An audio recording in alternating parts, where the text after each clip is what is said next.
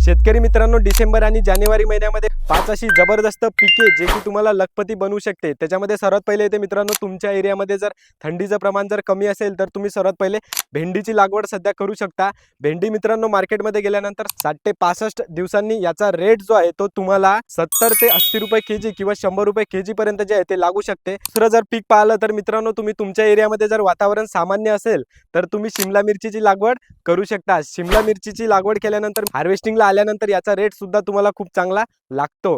Third नंबरला येते मित्रांनो खरबूज आणि टरबूज। खरबूज आणि टरबूज हार्वेस्टिंगला आल्यानंतर याचा रेट सुद्धा तुम्हाला मार्केटमध्ये खूप चांगला लागतो। आणि फोर्थ नंबरला येते मित्रांनो हिरवी मिरची।